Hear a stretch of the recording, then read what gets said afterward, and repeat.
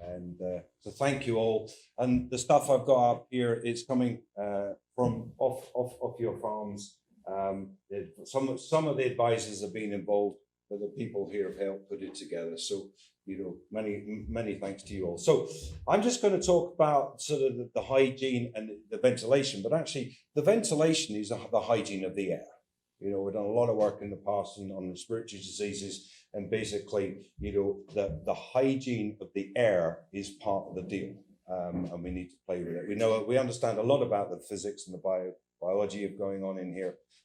We talk about ventilation, but really we're talking about fresh air delivery into our systems. So away we go. We're just going to dump straight in. Now, hopefully all of you have seen this, because mid-June, the output from this project from the people here in AFB was a report for every farm, and it went out. And I quite like this sort of traffic light approach. So just looking at, we're almost there. Calving birth management. So just on hygiene alone, I think there always has been issues that I think what I like about this area, it's something that you can do something about. It's very practical work can come out of this, So if we look at calving bed frequency, on this particular farm, we've got every cow, there's some bedding chucked in, but over on the right-hand side here, we've got over the farms involved. Most of you in this room, we can see that actually, more or less 2/3 of people are in the good zone. You'll be bedding up after every calving, but we can see over here we've got 1/3 with maybe some way to go. Now the point about it, from the point, if you're in the bad zone, the point is that this is not academia.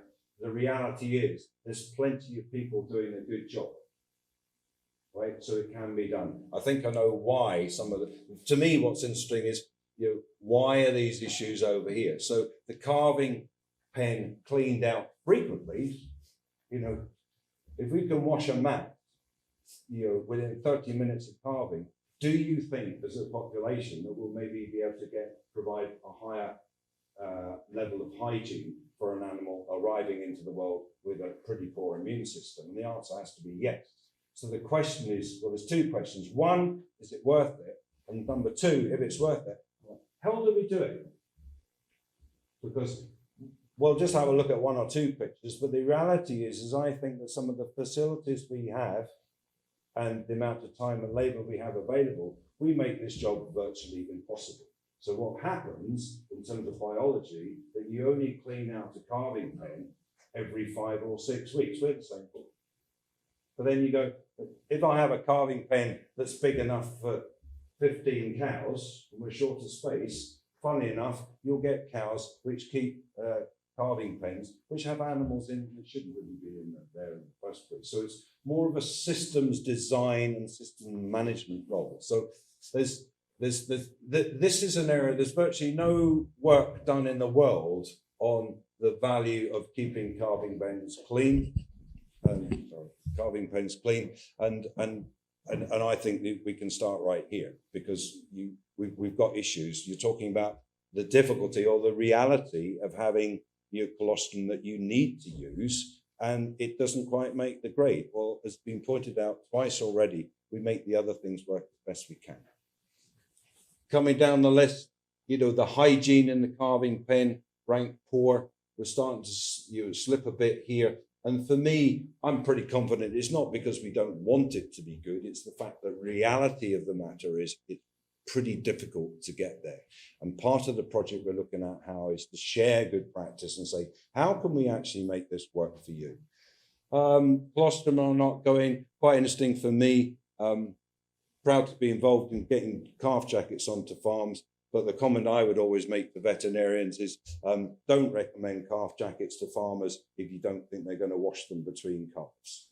That to me is one step forward and two steps back. So the calving pen environment, we have data that's sort of looking at the bacterial load on there. And for me as a non-vet, it's very interesting for me too, is that we spend a lot of time being interested in the pathogen. Is Mycoplasma bovis present? Have we got cryptosporidium? Oh my God. You need to understand that actually there's a whole load of other bugs present anyway, some of them good, some of them bad. And if you have a very high load of these, what we call commensal bacteria, and somehow they go up the jacksie or in the ear or in the mouth or up the nose, then they represent a burden to the biological system of the calf. Oh, that's the same calf that's got an immune system that it's learning how to develop in terms of its interaction with the environment. And an excellent work coming out of Australia, it says the growth rates of piglets exposed to general bacteria in the environment, not a single pathogen present, compared with the growth rate of piglets exposed to a clean environment, is 11% different.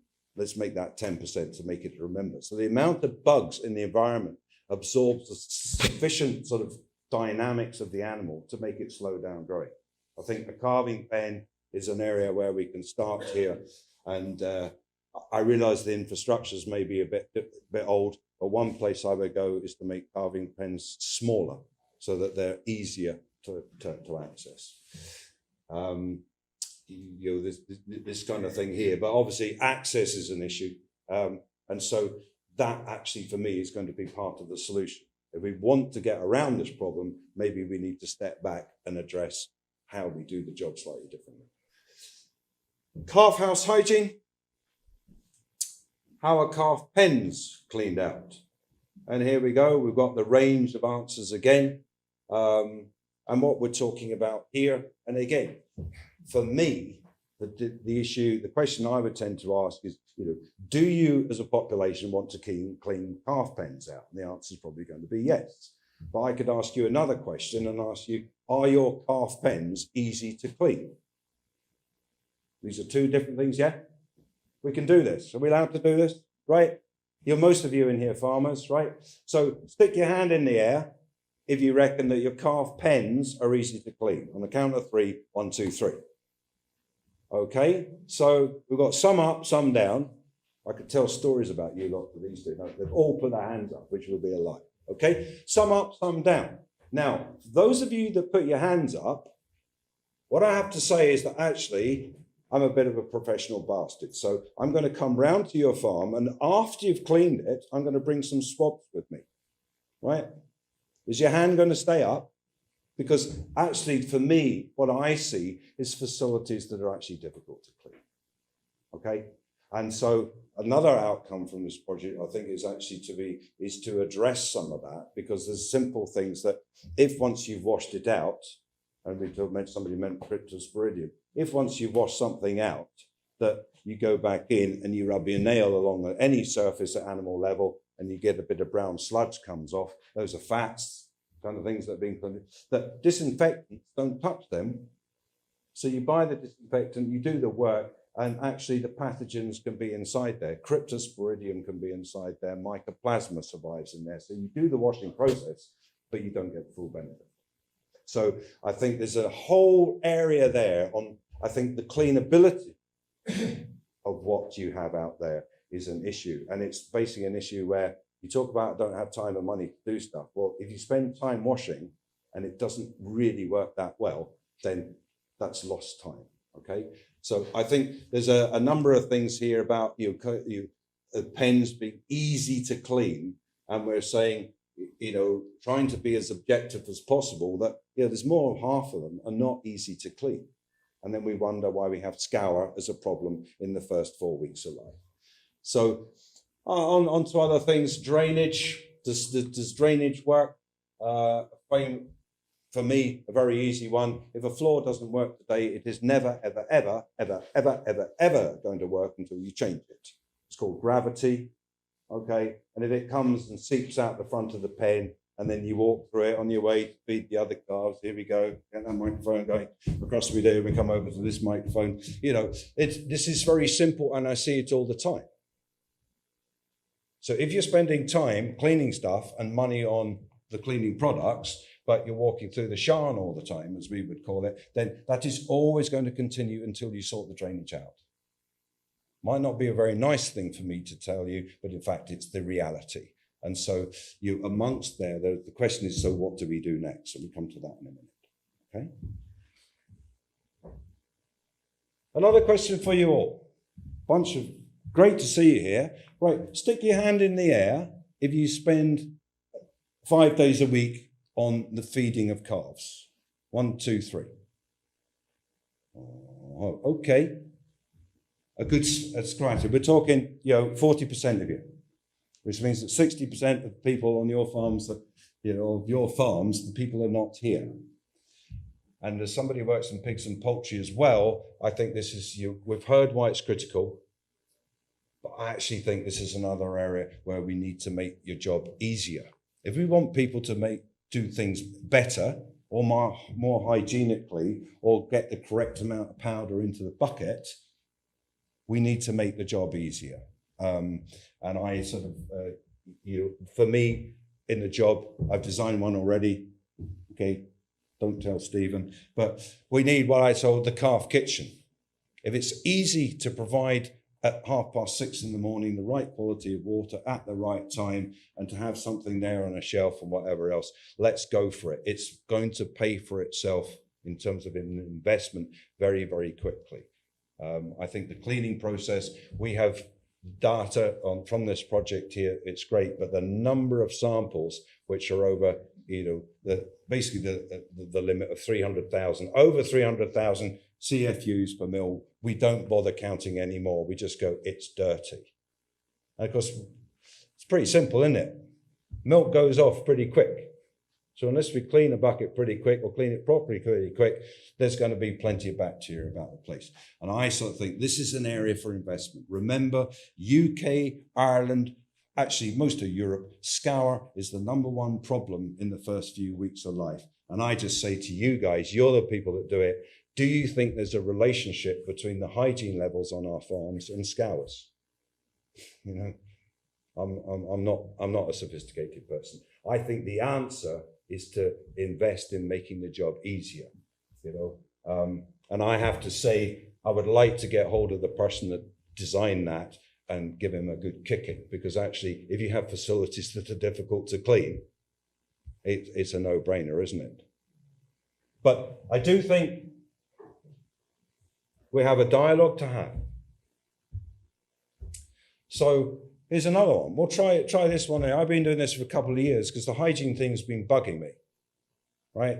And I'm going, right, here's the question. I'll ask it of the vets, and they give me the answer. I go, okay, so ask the farmers. Stick your hand in the air if you have a discussion with your veterinarian before you buy disinfectant. 1, 2, 3. Here we go. We've got one person in the room, right? Now, there you go. I asked the same question of the veterinary profession because I'm concerned about hygiene levels. I say, you lot, you're a profession. You should be sorting this out. Do you have a dialogue with farmers and have a discussion? Do we have this right 25-litre container? That's a 5-litre container. Are we buying and using the right stuff? And believe it, this isn't just here. Don't worry. It's the same where I come from. There is actually not much of a dialogue. And that's the first bit. The second bit is you slosh it into the bucket because you can measure 125 mil accurately by doing that, number one. And number two is actually, I've got a new expression. We've got calf kitchen. We're into that. We need calf kitchen. The other one, we need to clean before disinfectant.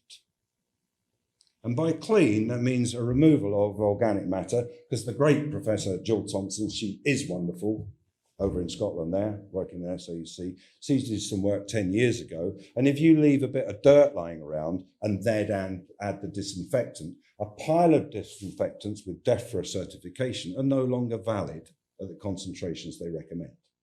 Yeah? What are your advisors seeing? So again, it's another one of these things we maybe be, if you have a problem getting rid of cocci or cryptosporidium or something, one of the things to ask ourselves is, are we doing the right protocol to get rid of the specific bugs on my farm? And this is not, this is a cup of tea and a biscuit job, this is. This is not a lot of running around. We just need to start asking the questions. But don't bother. Well, I say don't bother, but if you're chucking disinfectant down, we don't have enough time. So So if we don't have enough time, are you telling me you don't have enough time and therefore we don't do it properly? Well, that's a system failure, isn't it? So you need to be better, nicer to yourself, quite honestly. Make the job more likely to be successful from the beginning, because otherwise you're pushing shit uphill. That's how it works. So I'm saying, again, as an industry, we don't like them, but have a standard way of doing it. And then if you've got a hangover or just lost the rugby or the hurling or whatever, you don't have to think about it. You just do it. It's that much and that much and that much, and just go. But don't pretend you can wash something out if you don't have enough time for the chemical to lie there for the specified amount of time before you wash it out again and then dry it off. If you're time pressured like that, you again have to stand back from the system and at least say, well, maybe once a year, I'm going to deep clean this building. I'll put them outside the calves. They're not going to melt. But it's an area where I think there's a lot of potential in the way we prepare the food, present the food, and transfer a pen that's been inhabited for 6 to 8 weeks to a young calf. Great potential here to help it out. So yeah, I'm just saying it's quite simple. You need to get rid of the organic matter, soak it up, wash it out, let it dry. Do remember where all the dirty water goes, because if it goes into the adjacent pen, or using power washers in a building that's got loads of calves in it, we need to examine that stuff. We'll know from work done in Aberdeen, you're looking at the spread of aerosols.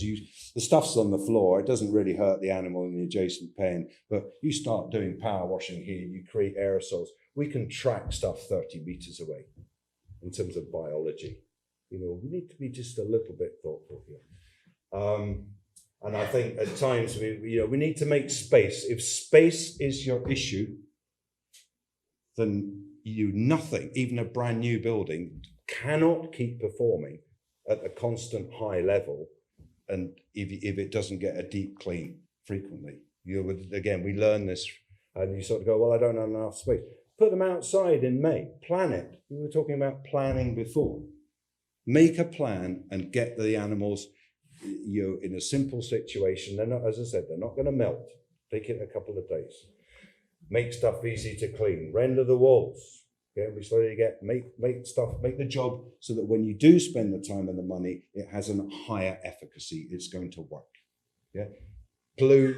You can paint it green if you like. I'm not worried. Tartan, I don't mind. It's making the job effective in time. And the other thing is, will you ever have more labour on your farms? I don't think we will. So I think this is an area whereby, from our point of view, we have to recognize the limitations are not your desire to do the job properly. The limitations are the resources we have at hand, and time's one of them. So one way to help that, do the job, make the job more simple. Floors, as I said before, if they don't work now, they're never going to work.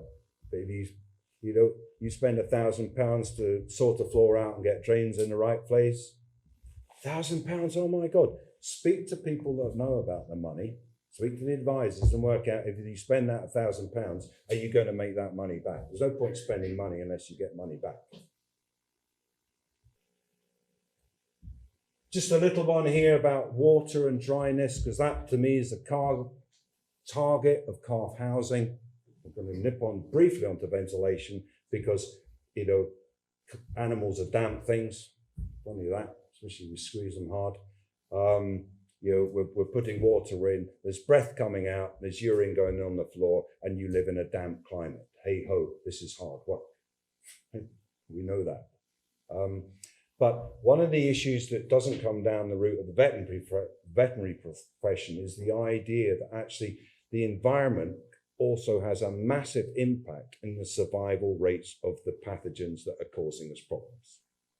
So it's not pathogen animal, right? It's to do with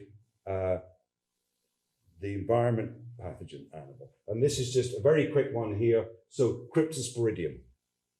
One of the reasons you struggle to get rid of Cryptosporidium is you don't understand, or we don't understand at the point of the farm, that really why it's hard to get rid of. It loves surviving in water. So it's infection for 6 months in water. between 5 and 15 degrees centigrade. What is the average temperature in Northern Ireland, right? Whereas below 5 and above 15, actually, its survival rate is reduced. So they will have less of a problem with cryptosporidium in Norway and Sweden. This is just the way it works. Your climate is difficult. Yeah? Non-infectious, well, basically, you'll get rid of it over 60 degrees centigrade if it's exposed to that for 5 minutes. So if you have a cryptosporidium problem, that means that power washing will not touch it at all. You need to steam clean it. Again, that's work that has been known and understand, and that's the message that needs to go out there to the producers, how to do it. If you can't get rid of it, look at the system you're using. And it survives freezing for a week, but drying, my point is, dryness is our target really for calf rearing, because a lot of the commensal bacteria and some of the other pathogens like cryptosporidium, they don't survive well in dryness. The target is how to do that in a damp climate. So the conclusions really, we need to consider what disinfectant will be used, some fancy names there, and products. This is work done by Becky Gosling at APHA. Products are rarely effective at less than the recommended dilution. So accuracy is a good idea. Now, we'll finish off briefly on the calf housing design. And you go, well, actually, this is what we want. Well, we're going, hang on, mate. This is what we're going to be producing as part of the deal. But I'm just going to talk about ventilation. Right? Just the ventilation bit. There's a tremendous range in here of buildings, and you've all seen different ways of doing it. The point is making an assessment of all these different designs to see what is maybe relevant at all and what can be improved. And for some, I'll sort of go, well, I'd be quite happy to start with that one for sure. It's got a nice peak on the roof. It just needs to be opened up a bit, and it's not voluminous. It's not a large volume building. What we found, actually, and I'm only going to talk about ventilation very rapidly, it's quite simple. Ventilation is predominantly created by the wind. And so every location you are, I can do it sitting on the other side of the world. I just go, where are you? Have a look, and you find a windrose. So this windrose is a thing that basically wind is ventilating our building 90% of the time. And this north, south, east, west, this shows from Aldergrove on basically 8 years of data, the frequency of the wind coming from different directions and the speed it comes at. So like for most of you, we know that a huge amount of wind is going to come from this area. It's going to come from the east, 10% of the time, and it's going to come late winter. So it's coming from the east and it's going to be cold. So when you look at the building, you actually have an element of predictability of how well it's going to be ventilated by the wind. And one of the things that a lot of you do with older buildings, we're the same, is that this side of the building is frequently solid with green tin. It's great stuff. And it's been there for decades, because if it's old stuff, it's well made. And the point about that is, as soon as you put up a solid wall, right? As soon as you put up a solid wall, you're saying, I don't want free fresh air coming in through there for 60% of times a year. So the cladding on the side of the buildings becomes very important. And that's going to be part of the output of the project, is to talk about there's different ways of getting air safely in and out of the building. And some of them are better than others. So the buildings that we've looked at here have all been classified on the basis of how much inlet area they have. One of the things you need over here in Ireland is, this is basically, it doesn't show very well, is Yorkshire boarding, which is 2 lines of boards with small gaps between them. And if it's for calf housing, just make the gap an inch. I want the fresh air, I don't want the rain, and I don't want the wind. But solid doesn't work. That just increases the relative humidity inside a wall. And of course, the wind comes from all directions at some point. And also, I think for those old buildings, those small, you maybe just got sort of a bunch of 10 calves in an old Victorian building, get the louvers in. Okay, they're not very flexible, but you can make them themselves. This is an amazing structure came across where this is how you make hay in one of the wettest areas in Britain. You know, the hay goes into a building and basically all the time it's windy, you know, yes, there's a certain amount of dampness get in there, but you all know that if there's a bit of wind movement on a concrete floor or floor outside, it dries up pretty quick. You need outlets in the roof. No outlet in the roof, then the only way for the dirty air is to get out through that door there. It's not a very good at doing the thing.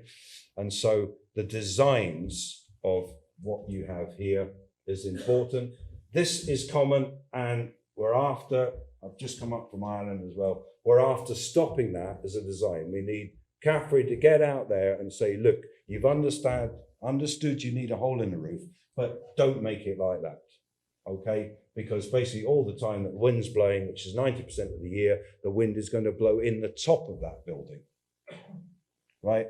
Whereas with a subtle difference in design, an upstands, it's called an upstand, then as the wind blows for 90% of the time, it floats over the top there, it creates a negative pressure in the hole and it will suck the air out. And I know it works because when I get people doing it, or I see people doing it, they actually see the building dry up on the inside purely by putting in upstands on a ridge. So no to that, and if that's what you've got, then you need to create an upstand to protect the hole and not force the air in. So it's predictable though that the wind doesn't blow. It's more weather data. Sorry, I'm going over time here. So but the point is, it's absolutely predictable that we have calm weather. It's related also to an increased frequency in the outbreak of pneumonia cases. Yeah, and also, of course, if your calf house has a solid wall or is beside the silage pit and the wind can't get it, it won't get ventilation. The solution is actually really simple. You need a fan and a duct. Because unlike bigger cattle, ruminants that produce a lot of energy as body heat that heats the air and drives the air up through the roof, the stack effect, you don't produce enough heat from calf houses, especially if they're sort of made out of concrete, steel and stone. The point is, it's actually quite simple. It's going to cost you 1,200 quid and £1 a day to run, to put a fan and a duct in, and that gives you a guaranteed supply of fresh air.